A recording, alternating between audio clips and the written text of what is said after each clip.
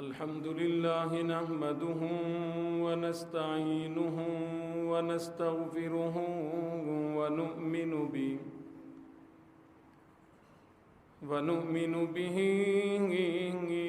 ونتوكل عليه ونعوذ بالله من شرور أنفسنا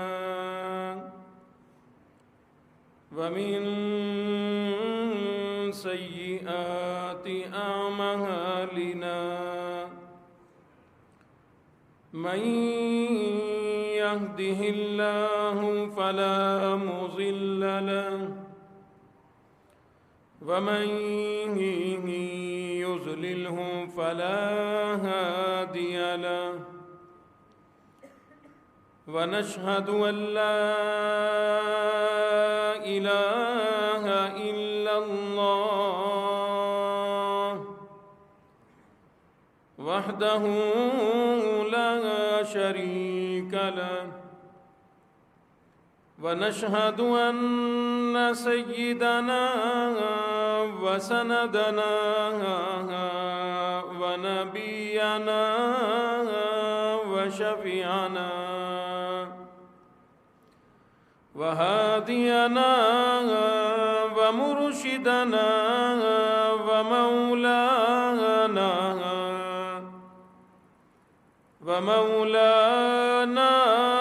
محمدا عبده ورسوله أرسله بالحق بشيرا ونذيرا صلى الله تعالى عليه وعلى آله وأصحابه وأزواجه وذرياته وبارك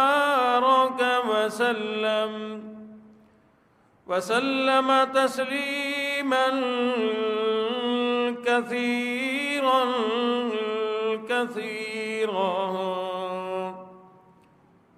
أما بعد فأعوذ بالله السميع العليم من الشيطان الرجيم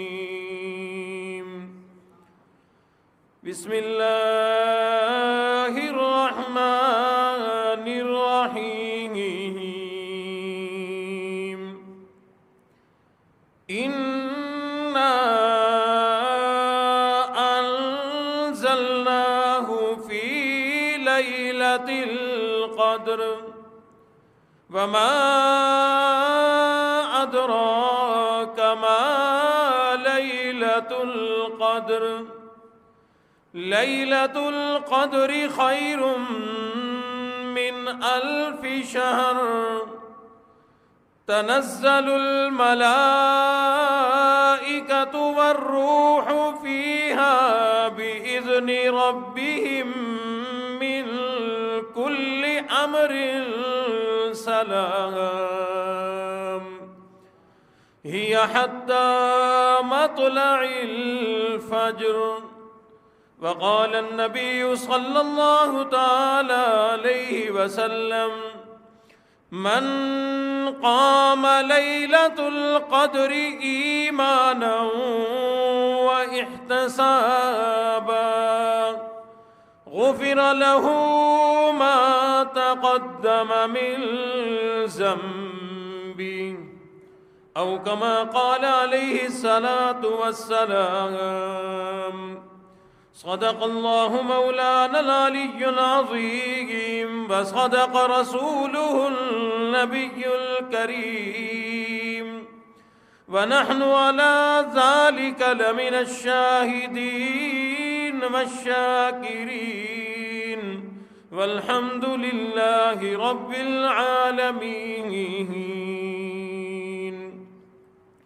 اللهم صل على محمد وعلى آل محمد كما صليت على إبراهيم وعلى آل إبراهيم إنك حميد مجيد اللهم بارك على محمد وعلى آل محمد كما باركت على إبراهيم وعلى آل إبراهيم إنك حميد مجيد.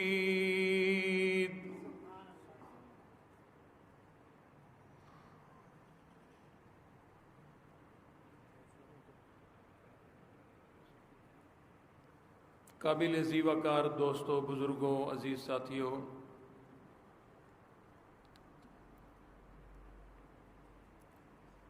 رمضان المبارک کا بابرکت مہینہ الحمدللہ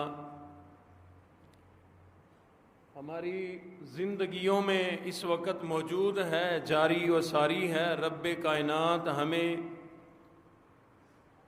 اس ماہ مبارک، اس ماہ مقدس کا صحیح معنوں میں حق ادا کرنے کی توفیق عطا فرمائے.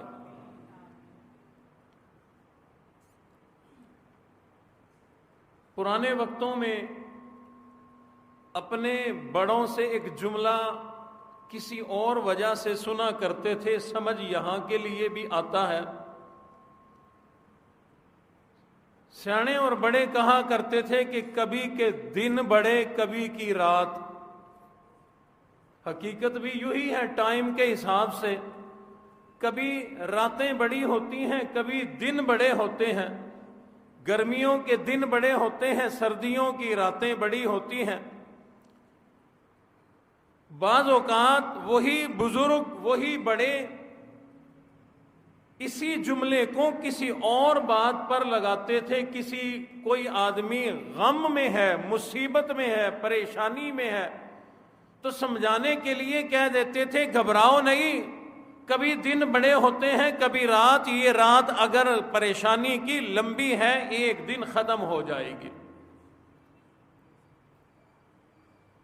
تو یہ دن رات کا بڑا ہونا، اگر میں یوں کہوں کہ کبھی کے دن بڑے یعنی دنوں کی عظمت زیادہ اور کبھی کی رات بڑی، راتوں کی عظمت زیادہ. قربان جائیں رب کائنات نے یہ رمضان المبارک کا مہینہ عطا فرمایا جس کی راتیں بھی بڑی، جس کے دن بھی بڑے، جس کی راتیں بھی عظمت والی، جس کے دن بھی بڑے عظمت والے. نہ دن کی عبادت میں عظمت میں کوئی کمی، نہ رات کی عبادت میں عظمت میں کوئی کمی رب کائنات نے اس ماہ مقدس میں فرمائی. اور پھر خاص طور پر اللہ رب العزت نے تمام ہی سال میں، تمام ہی زندگی میں چند راتیں بڑی عظمت والی بنائی. احادیث سے پتہ چلتا ہے، مفسرین نے باتیں لکھی ہیں. ذی الحج کا مہینہ، قربانی کا مہینہ، اس مہینے کی 8ویں رات، 9ویں رات اور 10ویں رات یہ بڑی عظمت والی راتیں ہیں. اسی طرح سے یہ مہینہ جو اب چل رہا ہے، اس مہینے کی جو آخری رات جس کو چاند رات، عید الفطر کی رات کہا جاتا ہے، یہ رات بھی بڑی عظمت والی ہے. یوں ہی اس مہینے سے پچھلا مہینہ جو گزرا جس کو شبرات کا مہینہ، شعبان کا مہینہ کہا جاتا ہے، اس مہینے کی 15ویں رات، شبرات کی رات کو بھی اللہ نے بڑی عظمت عطا فرمائی. اور اسی طرح سے اس مہینے میں، رمضان المبارک کے مہینے میں ایک رات ہے جس کو شب قدر، لیلۃ القدر کی رات کہا جاتا ہے. قرآن اور حدیث سے پتہ لگتا ہے کہ تمام زندگی، تمام سال کی، تمام مہینوں کی، تمام راتوں میں سب سے زیادہ اگر عظمت اللہ نے عطا فرمائی تو اس مہینے کی لیلۃ القدر کو عطا فرمائی.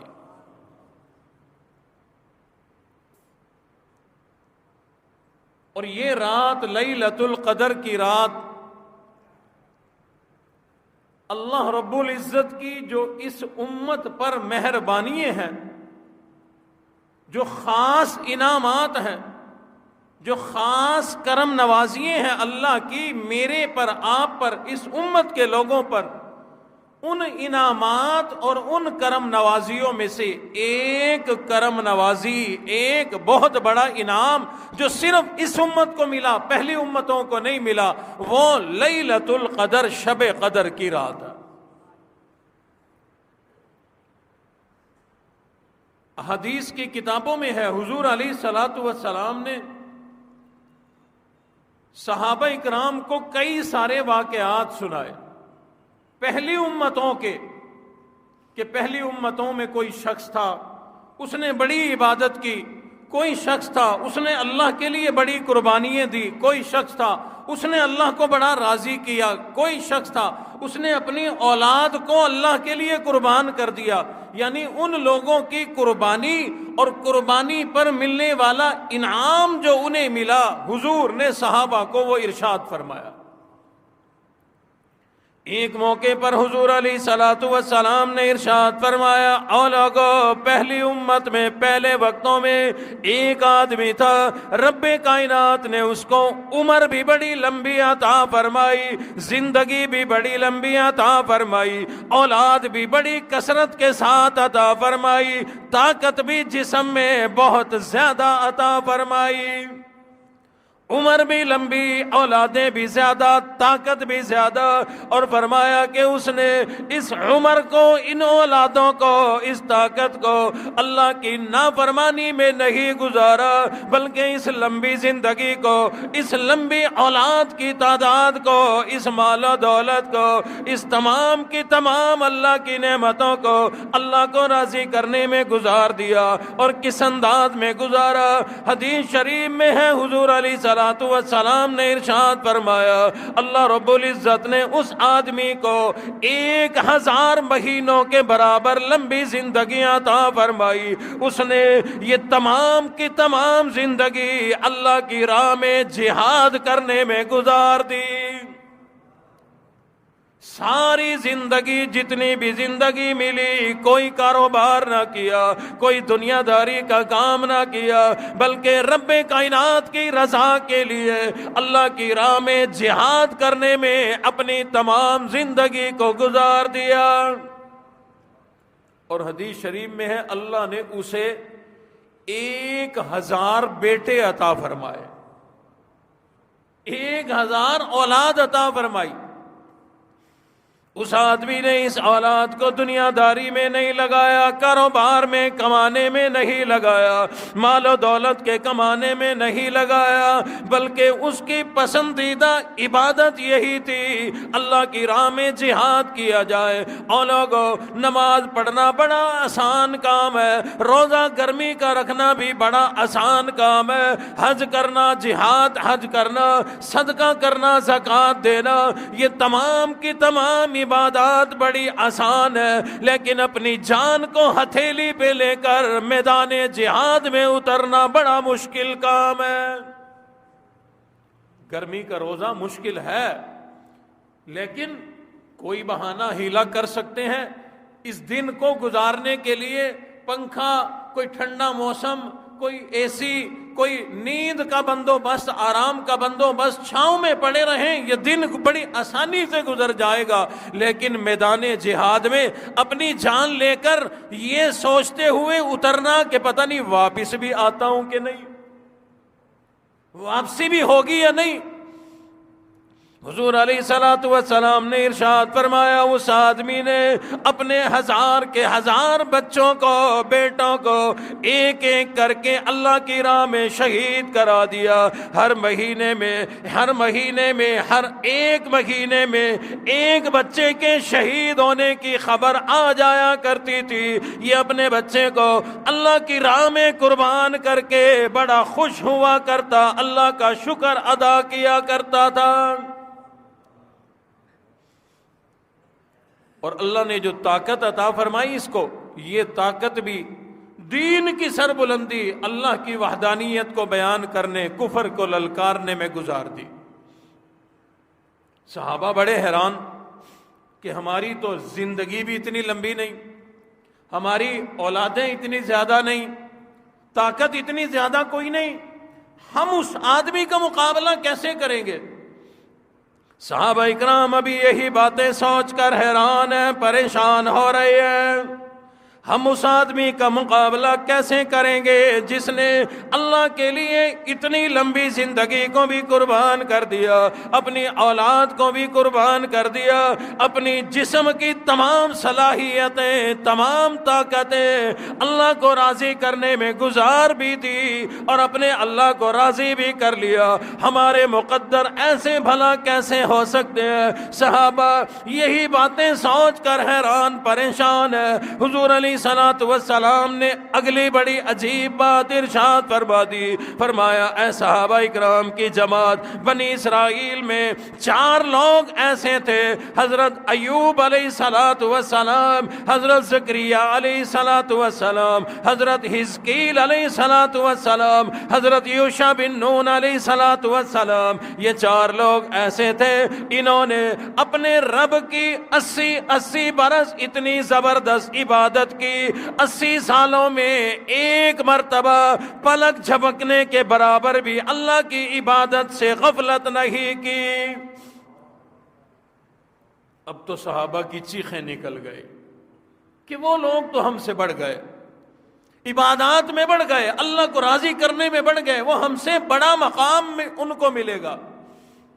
جیسے ہماری چیخ نکلتی ہے نا، کوئی آدمی عید کے بعد بتائے کہ فلاں جو تاجر ہے نا، اس نے تو اس دفعہ ریکارڈ قائم کیا، چھوٹی سی دکان تھی، لاک ڈاؤن بھی تھا، پھر بھی 1 کروڑ کما لیا، میرے جیسے کی چیخ نکل جاتی ہے کہ کاش وہ تاجر میں ہوتا، کاش وہ دکاندار میں ہوتا، اس دفعہ میری بھی بڑی اچھی عید لگ جاتی۔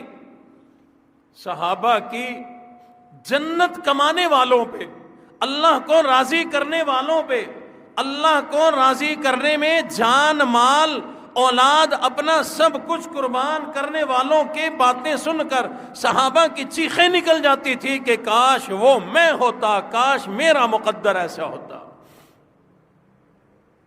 حضور علیہ الصلوۃ والسلام نے جب ان حضرات کے بارے میں ارشاد فرمایا کہ یہ وہ بنی اسرائیل کے لوگ ہیں جنہوں نے 80 سال اپنے رب کی ایسی زبردست عبادت کی، ایک لمحے کے لیے، 1 منٹ اور 1 سیکنڈ کے لیے بھی اللہ کی عبادت سے، اللہ کی توجہ سے غفلت برداشت نہیں کی، لمحے کے لیے بھی غافل نہیں ہوئے، رب کائنات کی اتنی زبردست عبادت کا انہیں موقع مل گیا، صحابہ کی چیخیں نکل گئی۔ حضور علیہ الصلوۃ والسلام بھی صحابہ کو دیکھ کر بڑے غمزدہ، بڑے پریشان ہیں، سوچوں بچار میں ہے، واقعی پہلے لوگوں کو بڑی عظمت مل گئی، انہیں بڑی عبادات کا موقع مل گیا، مجھے اور میری امت کے لوگوں کو یہ موقع، یہ مرتبہ، یہ مقام نہیں ملے گا۔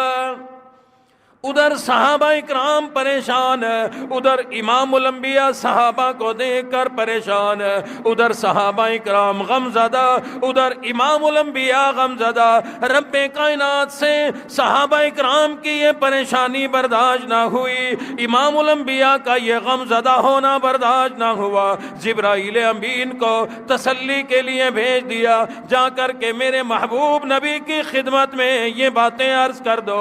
جبرائیل امین آ گئے، عرض کرنے لگے آقا گھبرائیے نہیں، پریشان نہ ہو، اپنے ان صحابہ کو بتلا دیجئے، سمجھا دیجئے، گھبرانے پریشان ہونے کی ضرورت کوئی نہیں، تمہاری ٹھیک ہے لمبی لمبی عمریں کوئی نہیں، ٹھیک ہے تمہاری بہت زیادہ اولادیں کوئی نہیں، ٹھیک ہے بنی اسرائیل کی طرح تم لوگ طاقتور کوئی نہیں، اتنی بڑی عبادات تم نہ کر سکو گے، لیکن فرمایا گھبرانے کی ضرورت کوئی نہیں، اِنَّا أَنزَلْنَاهُ فِي لَيْلَةِ الْقَدْرِ، رب کائنات نے تمہیں ایک رات لیلۃ القدر کی عطا فرما دی۔ مولا اس ایک رات سے کیا بنے گا؟ جن کی ہزار ہزار سال عمریں تھی، جن کی 500 سال عمریں تھی، جنہوں نے 80 سال آپ کی برابر دن رات ایک کر کے عبادت کی، ان کی 80 سال کی عبادت، ان کی 500 سال کی عبادت، ان کی 1000 سال کی عبادت، اور یہاں ایک رات لیلۃ القدر کی عبادت کا ثواب کتنا ملے گا؟ برابری کیسے ہو جائے گی؟ فرمایا محبوب گھبرائیے نہیں، ان کی 1000 سال، ان کی 500 سال، ان کی 80 سال کی عبادت، اور اگر آپ کا کوئی امتی لیلۃ القدر کی ایک رات میں عبادت کرے، ایک رات کا جاگنا نصیب ہو جائے، ایک رات کی عبادت اگر مقدر میں آ جائے، اس کا اگر مقدر سنور گیا، اس نے ایک رات لیلۃ القدر کی اگر عبادت کر لی، فرمایا لیلۃ القدر خیر من 1000 شہر، ایک رات کی عبادت 1000 مہینوں کی عبادت کا ثواب مل جائے گا۔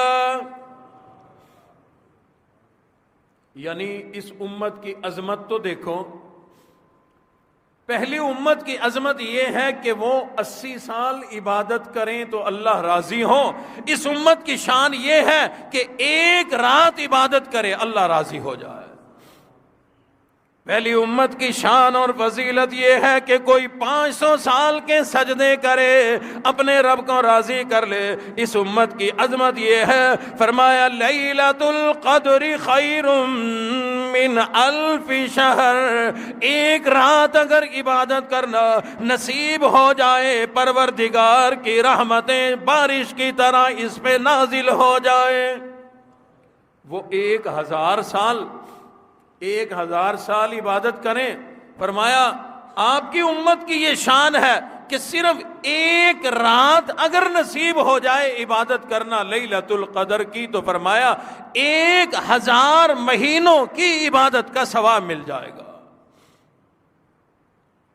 لیلۃ القدر خیر من 1000 شہر، 1000 مہینوں سے بہتر۔ اب تک میں نے آپ کو ترجمہ کر کے سنایا 1000 مہینوں کے برابر، یہ تو میں آپ کا ذہن بنا رہا تھا کہ 1000 کا نام سن کے ذرا خوش تو ہو جاؤ۔ اللہ نے یہ نہیں فرمایا کہ 1000 مہینوں کے برابر ثواب ملے گا، بلکہ فرمایا لیلۃ القدر خیر من 1000 شہر، 1000 مہینوں کی عبادت سے بہتر ہے اس رات کا عبادت کرنا۔ خوش نصیب ہے جس کو لیلۃ القدر کی رات ایک بار نہیں کئی بار نصیب ہو گئی۔ ہیں ایسے لوگ، اور میں کہتا ہوں انہی کی وجہ سے دنیا قائم ہے، جو ہر سال کوشش کرتے ہیں تلاش کرنے کی۔ آپ کہیں گے بھی تلاش کیوں کرنی ہے؟ 27ویں رات جو ہے وہ لیلۃ القدر کی رات ہے، سنا ہوگا آپ نے۔ اللہ کرے ایسے ہی ہو۔ میں کہتا ہوں کہ علماء نے اور حدیث شریف میں حضور نے فرمایا کہ تاک راتوں میں تلاش کرو، آخری عشرے کی تاک راتوں میں تلاش کرو۔ تاک راتیں کتنی بنتی ہیں بھائی؟ 21، 23، 25، 27، 29۔ جو اللہ ایک رات کو 1000 مہینوں سے بہتر بنا سکتا ہے، وہ اللہ ان 5 راتوں کو لیلۃ القدر بنا سکتا ہے۔ 5 میں عبادت کرو، 2 باتیں مل جائیں گی۔ ممکن ہے اللہ ان 5 راتوں کو لیلۃ القدر بنا دے، 5 رات مل جائیں گی، اس کا مطلب ہے 5000 مہینوں سے بہتر عبادت کا ثواب مل جائے گا۔ لیلۃ القدر خیر من 1000 شہر، جو اللہ نے فرمایا نا 1000 مہینوں سے بہتر، یا حدیث شریف کے مطابق 1000 مہینوں کے برابر ثواب ملتا ہے ایک رات کی عبادت کا۔ تو حساب لگایا گیا، پتہ چلا کہ ایک رات کی عبادت کرنے پہ 83 مہینے 83 سال 4 مہینوں کی عبادت کا ثواب ملتا ہے.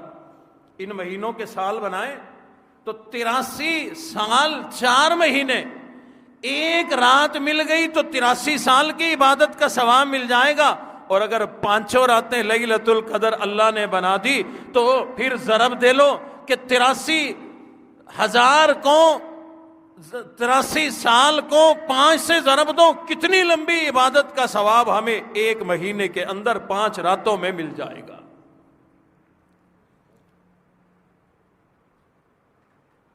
شیخ عبد القادر جیلانی رحمۃ اللہ علیہ فرماتے ہیں کہ اللہ رب العزت نے 5 چیزوں کو بنایا برحق ہے لیکن چھپا دیا. ہیں وہ برحق لیکن اللہ نے ان کو چھپا دیا، ہم سے چھپی ہوئی ہے وہ چیزیں. ایک حدیث شریف میں بھی ہے یہی بات. ان میں ایک تو ہے قیامت، ہے تو برحق، آئے گی ضرور، لیکن اللہ نے امام الانبیاء رسول اللہ صلی اللہ علیہ وسلم سے بھی چھپا دیا کہ پتہ نہیں کب آئے گی. آئے کل آ جائے، نہ آئے 100 سال نہ آئے، کوئی پتہ نہیں. صحابہ نے سوال کیا آقا قیامت کب آئے گی؟ حضور نے فرمایا اللہ بہتر جانتے ہیں، مجھے کیا پتا. صحابی نے ذرا ضد کی تو حضور نے سینے پہ یوں ہاتھ مارا، مکہ مارا، فرمایا کیا تیاری کر رکھی ہے تو نے قیامت کی؟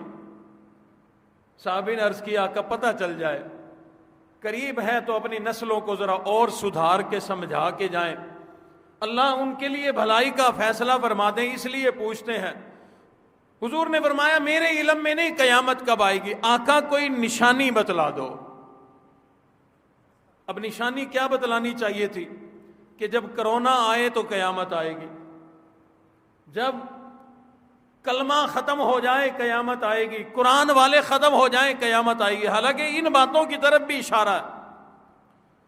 حضور علیہ الصلوۃ والسلام نے ان میں سے کوئی بات نشانی کے طور پہ ارشاد نہیں فرمائی، بلکہ بڑا عجیب جملہ ارشاد فرما دیا. فرمایا او لوگو جب تم دیکھو ماں باپ کے آنسو بہ رہے ہو اپنی اولادوں کو ہاتھوں، سگی اولاد ماں باپ کو اتنا تنگ کرے، اتنا تنگ کرے، ماں باپ کے آنسو بہ رہے ہو، سمجھ لینا قیامت بالکل قریب ہے. اگر اس بات کو میں اپنے دل میں نقش کر لوں، بات سمجھ میں آتی ہے کہ قیامت بالکل قریب ہے، قیامت آنے والی ہے.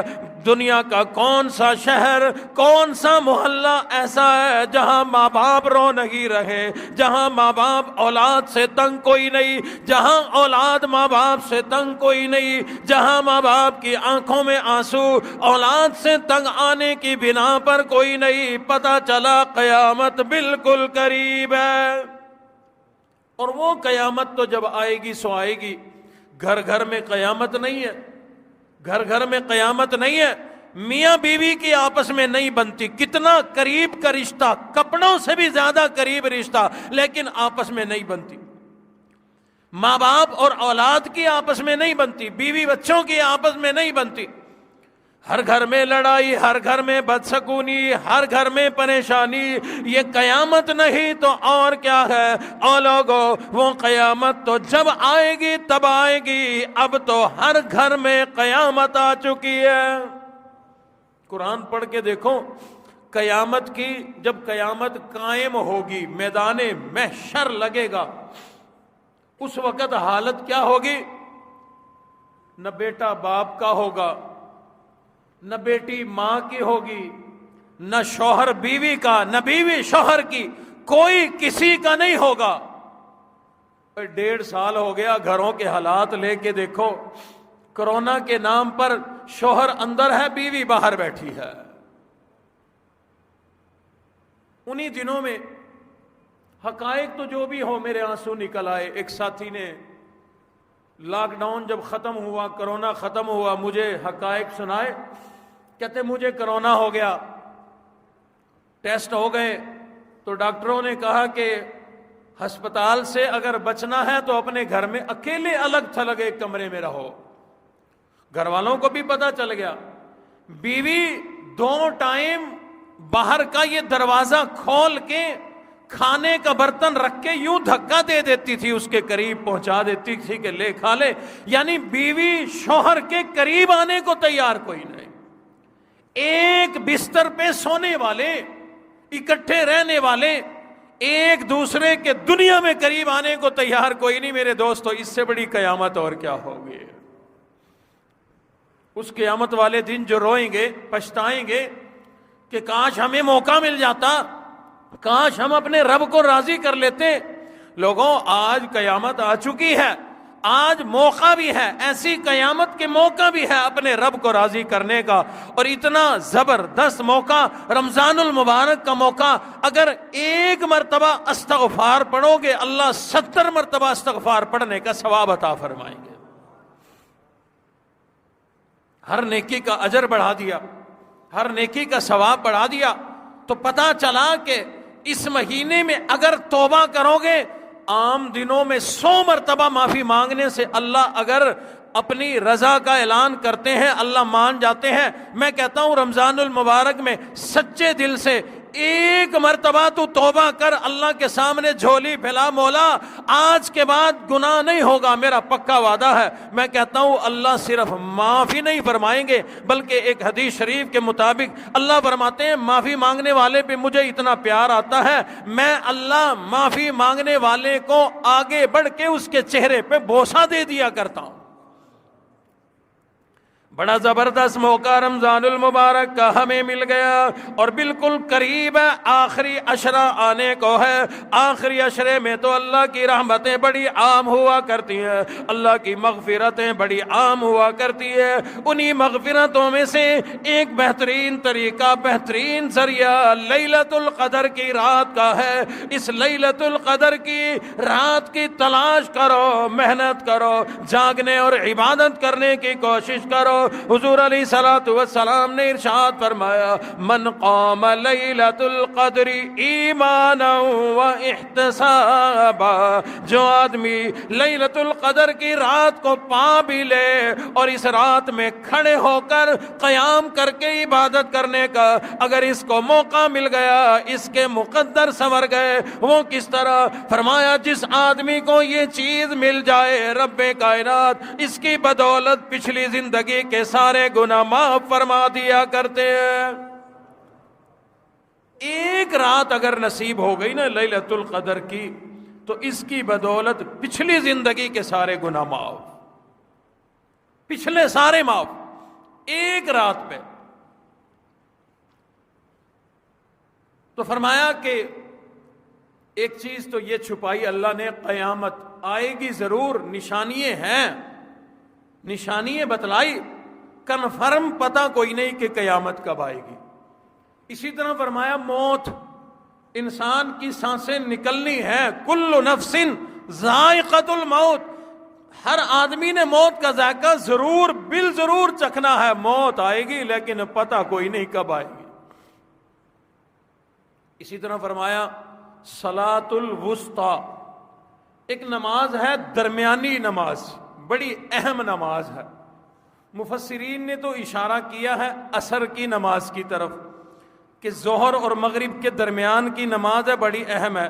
لیکن انہی مفسرین نے کہا ہے کہ نہیں، کوئی پتہ نہیں کہ درمیانی نماز کون سی ہے، صلاۃ الوسطی کون سی ہے. اگر 5 نمازوں کو یوں گھما گھما کے دیکھا جائے تو ہر نماز صلاۃ الوسطی نظر آتی ہے. فجر درمیانی نماز ہے، کیوں؟ ظہر عصر آگے ہے، مغرب عشاء پیچھے ہے. ظہر یہ بھی درمیانی ہے، عشاء اور فجر پیچھے ہیں، عصر مغرب آگے ہے، یہ بھی درمیان میں. عصر کو دیکھیں، ظہر اور فجر پیچھے، مغرب عشاء آگے، وہ بھی درمیان میں. فرمایا صلاۃ الوسطی چھپی ہوئی نماز ہے، کوئی پتہ نہیں وہ کون سی ہے، لیکن اس نماز پر اور نمازوں کی بدولت اللہ اجر و ثواب زیادہ عطا فرماتے ہیں. اسی طرح حضور علیہ الصلوۃ والسلام نے ارشاد فرمایا اللہ کا ایک بڑا بابرکت بڑا بہترین نام ہے جس کو اسم اعظم کہا جاتا ہے. اس کی برکت یہ ہے, اس نام کی اسم اعظم کی شان یہ ہے, دعا کے لیے ہاتھ اٹھاؤ جھولی پھیلاؤ. اگر تمہیں معلوم ہو کہ اسم اعظم کیا ہے, وہ اسم اعظم پڑھ کر رب کا وہ نام لے کر جو بھی دعا مانگو گے رب کائنات تمہاری جھولیاں بھر دیں گے. لیکن اللہ نے اس میں اعظم کو چھپایا ہوا ہے. وہ چھپا ہوا مجھ سے ہے, چھپا ہوا آپ سے ہے. اللہ والوں سے کوئی چیز چھپی ہوئی اس لیے نہیں ہوتی. اللہ نے یہ نہیں فرمایا کہ اس میں اعظم میں نے غیب کر دیا, یہ غیب کی بات ہے, غیب کا علم کسی کو نہیں, بلکہ فرمایا کہ میں نے اس کو چھپا دیا. نشانیاں موجود ہیں, ان نشانیوں سے تم جان سکتے ہو. اللہ والوں نے بڑی محنتیں کر کے اس میں اعظم کو تلاش بھی کر دیا. کچھ عرصہ پہلے میں نے آپ کو بتلایا بھی تھا, احادیث اور مفسرین کے مطالعے سے پتہ چلتا ہے آیت الکرسی میں اسم اعظم موجود ہے. اور حضور علیہ الصلوۃ والسلام کی اکثر دعاؤں میں ایک جملہ ایک کلمہ ملتا ہے, اور وہ یہ ہے یا حیو یا قیوم برحمتک استغیث. علماء کرام نے لکھا ہے یہ یا حیو یا قیوم یہی اسم اعظم ہے, کیونکہ حضور کی اکثر دعاؤں میں موجود ہے.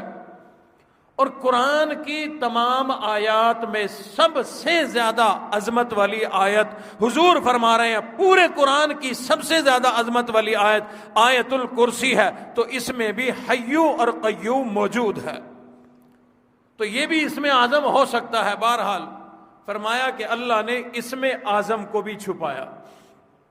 حضور علیہ الصلوۃ والسلام نے ارشاد فرمایا جس طرح اللہ نے قیامت کو چھپا دیا لیکن نشانیاں موجود ہیں, جس طرح اللہ نے موت کو چھپا دیا لیکن نشانیاں موجود ہیں, جس طرح اللہ نے صلاۃ الوسطیٰ کو چھپا دیا لیکن نشانیاں موجود ہیں, جس طرح اللہ نے اسم اعظم کو چھپا دیا لیکن لوگ محنت کر کے نشانیوں سے پا لیا کرتے ہیں. فرمایا اسی طرح میرے اللہ نے لیلۃ القدر کی رات کو بھی چھپا دیا لیکن نشانیاں موجود ہیں, ان نشانیوں سے تلاش کر لیا کرو, جس کو مل گئی اس کے مزے لگ گئے. فرمایا ان ھذا الشہر قد حضرکم, یہ ایک بڑا بہترین عظمت والا مہینہ حضور نے فرمایا لوگوں یہ تمہارے اوپر آیا ہے. فیہ لیلۃ, اس میں ایک رات ہے جو خیر من الف شہر, 1000 مہینوں سے زیادہ افضل ہے. اب اس کو تلاش کیسے کریں؟ بڑی آسانی تو حضور علیہ السلام ہمارے لیے فرما گئے. کیسے؟ ایک رمضان المبارک میں حضور علیہ الصلوۃ والسلام اعتکاف کیا پہلے 10 دنوں کا. صحابہ کو بتلایا, اہل بیت کو بتلایا کہ 10 دن میں نے اعتکاف کرنا ہے, پہلا عشرہ. 10 دن ختم ہوئے, حضور نے فرمایا میں دوسرا عشرہ بھی اعتکاف کروں گا. دوسرا بھی کر لیا. جب دوسرا عشرہ یعنی 20 دن ختم ہوئے, حضور نے فرمایا میں تیسرا بھی کروں گا. عید کا چاند نظر آ گیا, حضور نے عید پڑھائی. صحابہ نے عرض کی آقا آج کے بعد ہر سال پورا مہینہ ہم بھی اعتکاف بیٹھے ہیں جیسے آپ بیٹھے ہیں, ہم نے آپ کی ہر سنت کو زندہ کرنا ہے, کیا ہمارے لیے بھی یہی حکم ہے؟ فرمایا کہ نہیں, میں تو لیلۃ القدر کی تلاش کے لیے پورے مہینے میں بیٹھا تھا. پہلے عشرے میں نہیں ملی تو میں نے دوسرا عشرہ اعتکاف کیا. دوسرے عشرے میں لیلۃ القدر نہیں ملی, میں نے تیسرا عشرہ اعتکاف کیا. تو لہٰذا مجھے تیسرے عشرے میں لیلۃ القدر مل گئی. اور میں تمہیں بتانے ہی والا تھا کہ کون سی رات ہے. میں مسجد سے اٹھ کے باہر آیا, 2 لوگ جو ہیں آپس میں لڑ رہے تھے. یہ ان کے لڑنے کی ایسی نحوست میرے اوپر پڑی کہ اللہ نے لیلۃ القدر کی جو تعیین تھی کہ وہ کون سی رات ہے میرے ذہن سے نکال دی, میرے ذہن سے نکال دی. لیکن فرمایا اتنی بات مجھے یاد ہے کہ آخری عشرے کی تاک راتوں میں سے ایک رات تھی، تاک راتوں میں سے ایک رات تھی۔ تو اس لیے حضور علیہ الصلوۃ والسلام نے فرمایا اب تاک راتوں میں سے ہی تلاش کرو لیلۃ القدر۔ تاک 5 راتیں جو ہیں انہی میں سے کوئی ایک ہے، پتہ نہیں ہے کہ کون سی ہے۔ لیکن بڑی عجیب نشانی حضور علیہ الصلوۃ والسلام نے، اس رات کی بھی نشانی ہے، آج میں آپ کو اس رات کی نشانیاں نہیں بتاتا، آج میں یہ بتاتا ہوں کہ جس آدمی کو اس رات میں جاگنا نصیب ہو گیا، عبادت کرنا نصیب ہو گیا، تو حضور نے فرمایا جو آدمی اس رات کو جاگ رہا ہو، لیلۃ القدر کی رات ہو اور اس رات میں جاگ رہا ہو، کوئی عبادت کر رہا ہو، حتیٰ کہ اللہ سے صرف معافی مانگ رہا ہو، دعائیں مانگ رہا ہو، نماز پڑھ رہا ہو، تلاوت کر رہا ہو، کوئی عبادت کر رہا ہو، ایسے آدمی سے جبرائیل امین آ کر مصافحہ کرتے ہیں، سلام کرتے ہیں۔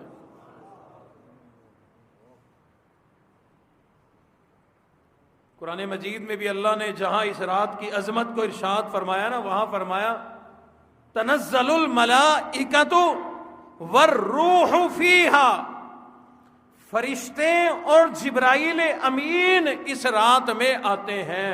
یہ جبرائیل بھی تو فرشتہ ہے، اس کا نام الگ کیوں لیا؟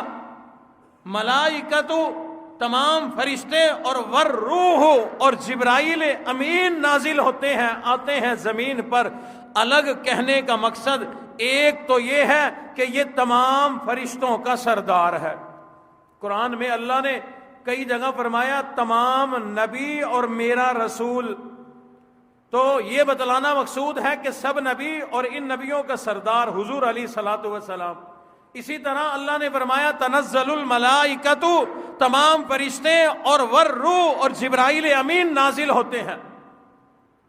ایک تو جبرائیل امین کو تمام فرشتوں کا سردار بتلا دینا مقصود ہے، اور یہ بتلانا مقصود ہے کہ جبرائیل امین خاص طور پر نازل ہوتے ہیں۔ حضور علیہ الصلوۃ والسلام نے ارشاد فرمایا تنزل الملائکۃ والروح فیہا بإذن ربہم من کل امر سلام۔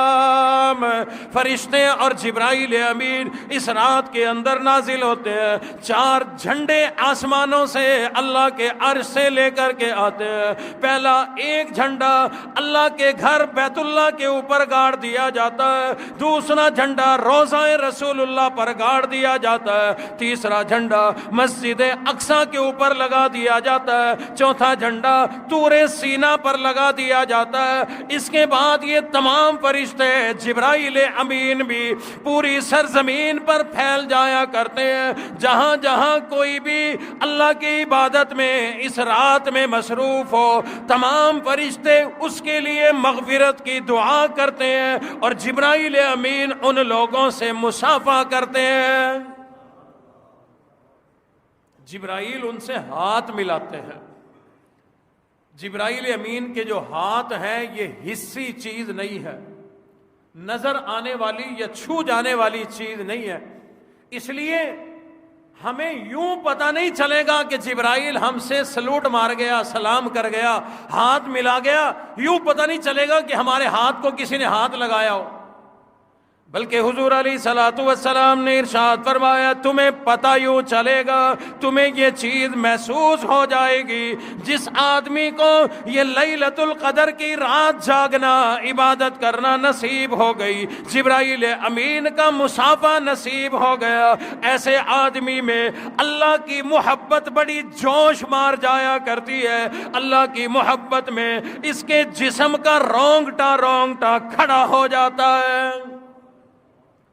جیسے بعض اوقات خوف میں، کسی کی بہت زیادہ محبت میں، جوش میں انسان کے رونگٹے کھڑے ہو جاتے ہیں، بال کھڑا ہو جاتا ہے، رواں کھڑا ہو جاتا ہے۔ حضور علیہ الصلوۃ والسلام نے فرمایا کہ اس رات میں جس کے اوپر ایسی کیفیت طاری ہو جائے اس کو مقام مبارک ہو، اس نے لیلۃ القدر بھی پالی، اس کو جبرائیل امین مصافحہ بھی کر گئے۔ فرمایا دوسری علامت یہ ہے کہ آدمی محسوس کرے کہ اس کا دل تڑپ اٹھا ہے، رونے والی بات نہیں ہے لیکن اس کا جی چاہتا ہے میں روتا جاؤں روتا جاؤں روتا جاؤں۔ بعض اوقات انسان روتا ہے پریشانی میں، بعض اوقات بات بھی کوئی نہیں روئے جا رہا ہے، پوچھنے والا کہتا ہے کہ مسئلہ کیا ہے؟ کہتا ہے کہ پتہ نہیں کوئی میرے اوپر کیفیت ایسی طاری ہو گئی ہے، جی چاہ رہا ہے میں روؤں۔ سیانے کہتے ہیں اس کو رونے دو، روئے گا دل ہلکا ہو جائے گا۔ حضور علیہ الصلوۃ والسلام نے ارشاد فرمایا جس آدمی پہ اس رات میں ایسی کیفیت طاری ہو جائے، کوئی غم بھی کوئی نہیں، کوئی پریشانی بھی کوئی نہیں اور کوئی خوشی بھی کوئی نہیں، ایک ہی غم ہے، معلوم نہیں اس رات میں میرے رب نے میرے گناہوں کو معاف کیا یا نہیں کیا، ایک یہی غم ہے اور خوشی یہ ہے کہ مجھے یہ رات نصیب ہو گئی، میرے مقدر میں لیلۃ القدر کی رات مجھے نصیب ہو گئی، انشاءاللہ میرا اللہ اس بات پہ مجھے راضی ہو جائے گا۔ اسی غم اور خوشی کی کیفیت میں جسم پہ کیفیت ایسی طاری ہو جائے آدمی پر جی چاہے روتا رہوں۔ حضور نے فرمایا جس آدمی پر یہ کیفیت طاری ہو جائے مبارک ہو، تو نے لیلۃ القدر بھی پالی، جبرائیل تجھے سلام بھی کر گیا۔ فرمایا ایک تیسری نشانی ہے، کوئی آدمی ایسا محسوس کرتا ہے کہ وجہ بھی کوئی نہیں، رونا بھی نہیں آ رہا، لیکن اس کی آنکھوں سے آنسو جاری ہو جاتے ہیں جو رک نہیں پا رہے، تڑپن ایسی لگ گئی کہ آنسو رک نہیں پا رہے۔ فرمایا ایسے آدمی کو اس رات میں مبارک ہو، تجھے لیلۃ القدر خیر من الف شہر مل گئی اور تجھے جبرائیل کا مصافحہ مل گیا۔ حضور علیہ الصلوۃ والسلام نے ارشاد فرمایا کئی موقع اور بھی ایسے آیا کرتے ہیں، لیکن خاص طور پر رمضان المبارک کے مہینے میں ہی روزہ داروں کو یہ مقام یہ مرتبہ ملا کرتا ہے کہ جبرائیل امین اور فرشتے تمہیں مصافحہ کیا کرتے ہیں، ایک تو لیلۃ القدر کی رات میں، دوسرا جب یہ ایمان والے پورے مہینے کے روزے رکھنے کے بعد اللہ کا شکر ادا کرنے کے لیے عید والے دن اپنے گھر سے نکلتے ہیں، اللہ کی حمد و ثنا بیان کرتے ہوئے، تکبیرات پڑھتے ہوئے عیدگاہ کی طرف جب جاتے ہیں، فرشتے راستے میں کھڑے ہو کر سلام کیا کرتے ہیں۔ یہ اس مہینے کی برکتیں ہیں۔ اب میرا بھی جی چاہتا ہے، آپ کا بھی جی چاہتا ہے کہ یہ لیلۃ القدر کی رات مل جائے۔ اس کے لیے حضور علیہ الصلوۃ والسلام نے فرما دیا کہ آخری عشرے میں موجود ہے، آخری 5 تاک راتوں میں موجود ہے، 21، 23، 25، 27، 29 ان تاک راتوں میں موجود ہے۔ اس لیے ان راتوں میں سے کوئی رات مل جائے، یعنی لیلۃ القدر کی رات مل جائے، اس لیلۃ القدر کی رات کو پانے اور حاصل کرنے کا بہترین طریقہ، بہترین ذریعہ اعتکاف اللہ نے بنا دیا۔ بہترین طریقہ اعتکاف ہے۔ اعتکاف میں بیٹھ جاؤ۔ جب ایک آدمی قربانی دے کے آیا بیٹھا ہوتا ہے نا، گھر بار بیوی بچہ کاروبار سب کچھ چھوڑ کے آیا بیٹھا ہوتا ہے نا اعتکاف میں، اس کی کوشش ہوتی ہے، ہم نے دیکھا نوجوانوں کی بھی کوشش ہوتی ہے کہ ٹائم ضائع نہ کریں۔ ہماری اس مسجد میں الحمدللہ ہم دیکھتے ہیں کئی ساتھی ایسے جو ہر سال مسلسل بیٹھتے ہیں اور اس رات کی تلاش خاص طور پر کرتے ہیں۔ پتہ چلا اعتکاف شب قدر لیلۃ القدر کو پانے کا سب سے آسان اور بہترین طریقہ ہے۔ کون کون پانا چاہتا ہے ابھی لیلۃ القدر کو؟ سارے پانا چاہتے ہیں۔ اچھا کسی کی کوئی مجبوری بھی ہو سکتی ہے۔ ہمارا دین بڑا آسان ہے، ہمارا دین بڑا آسان ہے۔ اعتکاف جو سنت اعتکاف ہے نا اس مہینے کا، وہ تو ہے کہ اس مہینے کی 20 تاریخ، روزوں رمضان کی 20 تاریخ، چاند کی 20 تاریخ، 20ویں روزے کو سورج غروب ہونے سے پہلے پہلے مسجد میں آ جاؤ۔ اب چھوٹی سی قید ہو گئی ہے تمہاری، اگلا چاند نظر آئے گا تو تم نے جانا ہے، اگلا چاند نظر آئے تو جانا ہے۔ 9 یا 10 دن یہ اعتکاف سنت ہے، نفل بھی بیٹھ سکتے ہو۔ نفل کتنی دیر کا؟ اے ہمارا دین اتنا بہترین، اتنا آسان ہے، حضور نے فرمایا تو مسجد کے اندر قدم رکھ، اعتکاف کی نیت کر لے، باہر چلا جا، اتنی دیر کے لیے اعتکاف کر لے، 1 گھنٹے کا بھی کر سکتا ہے، 10 منٹ کا بھی کر سکتا ہے۔ فائدہ یہ ہوگا، مسجد میں گفتگو دنیاوی کرنا منع ہے، لیکن تو نے اعتکاف کی نیت کر لی تو اب تیرے لیے جائز ہو گئی، اگر تو کر بیٹھا تو اللہ پکڑ نہیں فرمائیں گے۔ اس لیے مسجد میں جب بھی داخل ہوا کرو اعتکاف کی نیت کر لیا کرو، نفل اعتکاف۔ تو یوں بھی کیا جا سکتا ہے کہ آپ لوگ تہیہ کر لیں کہ میں نفلی اعتکاف بیٹھوں گا، نفلی اعتکاف، لیکن صرف 5 راتوں کا۔ ان 5 راتوں میں جو طاق راتیں ہیں نا 5، ان 5 راتوں میں جب آپ لوگ افطار کر کے مغرب پڑھنے آئیں تو اس ٹائم نیت کر لو کہ آج کی ساری رات مسجد میں گزارنی ہے، یا تراویح پڑھنے آؤ تو اس ٹائم نیت کر لو کہ آج کی رات مسجد میں گزارنی ہے۔ بہرحال کوئی مسجد میں، کوئی گھر میں، جہاں کہیں بھی یہ 5 طاق راتیں ہیں، ان میں سے کوئی ایک لیلۃ القدر کی رات ہے، حضور نے فرمایا جس کو یہ رات نصیب ہو گئی اس کے مقدر سنور گئے، اس کو 1000 مہینوں کی عبادت کا ثواب مل جاتا ہے۔ اس لیے تم لوگ جہاں کہیں بھی ہو اس بات کی کوشش کرو، اپنے گھر میں کوئی مجبوری ہے تو وہاں جاگ لو، یہاں نہیں آ سکتے، یا کم از کم 5 راتوں کا نفلی اعتکاف کر لو یا سنت اعتکاف کر لو تو کیا ہی کہنے۔ جو آدمی اس رمضان المبارک کے آخری عشرے کا 10 دنوں کا آخری عشرے کا اعتکاف کرتا ہے، یہ سنت اعتکاف ہے۔ حضور علیہ الصلوۃ والسلام نے فرمایا جو آخری عشرے کا اعتکاف کرے گا، اس اعتکاف کرنے پر 2 حج 2 عمرے مقبول کا ثواب ملے گا، مقبول حج عمرے کا ثواب ملے گا۔ حضور علیہ الصلوۃ والسلام نے ارشاد فرمایا جو آدمی آخری عشرے کا اعتکاف کرتا ہے، ان 10 دنوں کی عبادات پر رب کے دروازے پہ آ کے پڑ جانے پر، یہاں اللہ کا مہمان بن جانے پر، فرمایا حضور علیہ الصلوۃ والسلام نے یہ جو آخری عشرے کا اعتکاف ہے، یہ اعتکاف کرنے والا آدمی اللہ کا مہمان بن جایا کرتا ہے، اور جو اللہ کا مہمان بنے اللہ جھولیاں بھر کے بھیجا کرتے ہیں۔ فرمایا جو آدمی آخری عشرے کا اعتکاف کرے اس کو 40 دن سرحد اسلام کی حفاظت کرنے کا ثواب ملتا ہے۔ جیسے اسلام کی سرحد پہ تلوار لے کے تم نے 40 دن سرحد اسلام کی حفاظت کی ہو، یہ ثواب ملتا ہے۔ اور حضور نے فرمایا جس نے 40 دن سرحد اسلام کی حفاظت کی وہ گناہوں سے ایسے پاک ہو جاتا ہے جیسے آج اپنی ماں کے پیٹ سے پیدا ہوا ہے۔ حضور علیہ الصلوۃ والسلام نے ارشاد فرمایا اعتکاف کرنے والا کیونکہ مسجد سے باہر نہیں جا سکتا، باہر کوئی جنازہ ہے، یہ جنازہ پڑھنے نہیں جا سکتا، یہ باہر تو نہیں گیا لیکن اس کو یہاں بیٹھے بیٹھے جنازہ پڑھنے کا ثواب مل جائے گا۔ اس کے خاندان میں کوئی نکاح ہوا، نکاح پڑھنا، یہ بڑا نکاح کی محفل میں شریک ہونا یہ بڑا عظمت والا کام ہے، یہ بڑی بہترین محفل ہوا کرتی ہے، بڑا اجر و ثواب ملتا ہے۔ اس کے خاندان میں گھروں میں کوئی نکاح ہوا لیکن یہ مجبور ہے، جا نہیں سکا، اللہ اس کو یہاں بیٹھے بیٹھے نکاح کی محفل میں شریک ہونے کا ثواب بھی عطا فرمائیں گے۔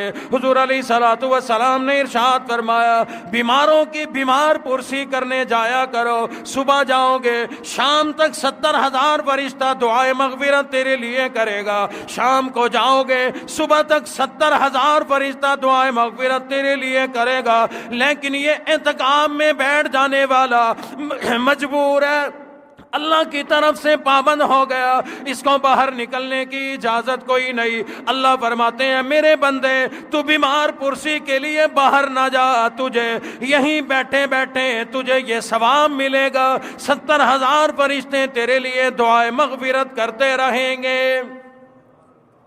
حضور علیہ الصلوۃ والسلام نے ارشاد فرمایا جو آدمی ایک دن میں 5 کام اکٹھے ایک دن میں کر لے، فرمایا میں محمد الرسول اللہ تمہیں خوشخبری دیتا ہوں تم سیدھے جنت میں جاؤ گے۔ 5 کام کون سے؟ ایک ہی دن میں روزہ بھی ہو، روزہ بھی رکھا ہو، اسی دن جمعہ بھی ہو، اسی دن کسی کی نکاح کی تقریب میں شریک ہوا ہو، اسی دن کسی جنازے میں گیا ہو، اسی دن کسی بیمار کی بیمار پرسی کی ہو، فرمایا جس آدمی نے ایک دن میں یہ 5 کام کیے ہو مبارک ہو، وہ جنتی ہے۔ صحابہ نے عرض کی آقا کیسے ممکن ہے، کیسے ممکن ہے؟ حضور علیہ الصلوۃ والسلام نے ارشاد فرمایا لوگوں ممکن ہے، ممکن ہے، ہمارے رب کی بڑی مہربانی ہے ہم پر، ہاں کہ کوئی قدردان بھی تو ہو، رب کی قدردانی ہے، رب کی مہربانیوں کو اپنی جھولیاں پھیلا کر کوئی لینے والا بھی تو ہو۔ حضور علیہ الصلوۃ والسلام نے فرمایا اس کا بہترین طریقہ رمضان المبارک کے آخری عشرے کا اعتکاف ہے۔ اس مہینے کے اندر آخری عشرے کے اندر کیوں کہ اعتکاف والے نے روزہ بھی رکھنا ہے، اس کو روزہ بھی مل گیا، آخری عشرے میں جمعہ بھی آئے گا، اس کو جمعہ بھی مل گیا۔ یہ 3 کام کرنے، جنازہ پڑھنے، نکاح پڑھنے اور کسی بیمار کی بیمار پرسی کرنے، اس کو باہر نکلنے کی اجازت کوئی نہیں۔ یہ 2 کام کرنے پر اعتکاف کرنے والے کو جنت کی خوشخبری مل جائے گی۔ 3 کام کرنے کی اس کو اجازت کوئی نہیں، جنازے میں جانے کی اجازت نہیں، نکاح میں جانے، مسجد سے باہر جانے کی اجازت ہے ہی کوئی نہیں۔ ہاں علماء سے پوچھ کر چلنا چاہیے، ہر مسئلہ ہر آدمی کے لیے نہیں ہوتا۔ ایسا آدمی اعتکاف میں بیٹھا ہے جس کا کوئی ہے ہی نہیں ضروریات پورے کرنے والا، بیٹا کوئی نہیں، بھائی کوئی نہیں، خاندان کا کوئی ایسا ہے نہیں، اب اس نے روٹی بھی تو کھانی ہے، 10 دن کا اعتکاف ہے تو 10 دن کا روزہ تو نہیں رکھنا، سحری افطاری کرنی ہے۔ اگر کوئی بھی نہیں پہنچانے والا، اس کو اپنے اپنے اوپر نہ لے جانا کہ میرا کوئی نہیں ہے جی میں اپنا بندوبست خود کروں گا، جس کا کوئی بھی نہ ہو شرعی طور پہ، اس کو اجازت ہے منہ لپیٹ کے آنے سے پہلے ٹائمنگ گھر بنا کے آئے، بیوی کو کہہ کے آئے کہ میں اتنے بجے آیا کروں گا، مجھے روٹی پکی پکائی دروازے پہ دے دینا، جائیں روٹی لے کے آ جائے، کھائے مسجد میں بیٹھ کے۔ آج کل یہ عذر کسی کا نہیں ہے۔ بہرحال اسی طرح سے ایسی مسجد میں اعتکاف بیٹھ گیا جہاں جمعہ نہیں ہوتا، تو اگر یہ نہ پڑھے تو گناہ کوئی نہیں، پڑھنا چاہتا ہے تو اپنا منہ لپیٹ کے تمام ضروریات اسی مسجد سے پوری کر کے نماز کے جمعے کے ٹائم جائے اور سلام پھیرتے ہی آ کر سنتیں یہاں پڑھے، اس کے لیے جانا جائز ہے۔ یہ اشد مجبوریاں ہیں، اللہ ماشاءاللہ کہیں ایسا ہوتا ورنہ ایسا نہیں ہوتا۔ بہرحال وہ بابرکت مہینہ جس میں چھوٹا عمل کرو ثواب زیادہ ملتا ہے، نفل پڑھو فرضوں کے برابر ثواب ملتا ہے، ایک فرض پڑھنے پہ 70 فرضوں کے برابر ثواب ملتا ہے، دن میں جو بھی عبادت کرو ثواب، نفلی عبادت کرو ثواب، رات کو سحری میں کھانا کھانا ثواب، روزہ رکھ کے سو جانا ثواب، چپ کر کے بیٹھ جانا ثواب، اور جس مہینے میں سونے کا ثواب، گفتگو سے خاموش ہو کر بیٹھ جانے کا ثواب ملتا ہو، تصور میں لاؤ وہ مہینہ کتنا عظمت والا مہینہ۔ ایک حدیث شریف میں ہے 1 روپیہ خرچ کرو گے 49 کروڑ روپے خرچ کرنے کا ثواب ملتا ہے۔ اللہ نیتوں پہ فیصلے کرتے ہیں۔ بنی اسرائیل میں قحط پڑا ہوا تھا، ایک آدمی کہیں سے گزرا، اس نے دیکھا ریت کا ٹبا، ریت کا ٹیلا لگا ہوا، دل میں آیا کاش یہ ریت کا ٹبا نہ ہوتا، یہ گندم کا ہوتا۔ اللہ کے بندے بھوکے ہیں، قحط پڑا ہوا ہے، فاقہ زدہ ہے، یہ سارا کے سارا ریت کا نہ بلکہ گندم کا ٹیلا ہوتا اور یہ میرا ہوتا، میں اللہ کے لیے اللہ کے بندوں میں صدقہ خیرات کر دیتا۔ اللہ نے وقت کے نبی پر وحی اتاری کہ جاؤ میرے اس بندے کو خوشخبری سنا کے آؤ، یہ ریت ہے گندم نہیں، یہ ریت اللہ کی ہے تیری نہیں، لیکن تیری اس نیت پر اللہ نے یہ ریت کو گندم بھی بنا دیا، یہ تیری ملکیت میں بھی دے دی، اور سمجھ تو نے خرچ بھی کر دی، اللہ نے تجھے ثواب بھی دے دیا۔ یہ وہ مہینہ ہے کہ جس مہینے میں نیتوں پر بھی اتنا بڑا ثواب ہے۔ تو اس لیے حضور علیہ الصلوۃ والسلام نے فرمایا کہ اس مہینے کا ایک لمحہ بھی ضائع نہ کرو، ایک لمحہ بھی ضائع نہ کرو۔ تو لہذا دن گزرتے گزرتے اب حالت یہ ہو گئی ہے کہ چڑھائی سے اترائی کی طرف ہم آ گئے ہیں۔ کوئی گنتی کے 12-13 دن باقی ہیں، آج 17 ہو گئے تو پیچھے 12 رہ گئے۔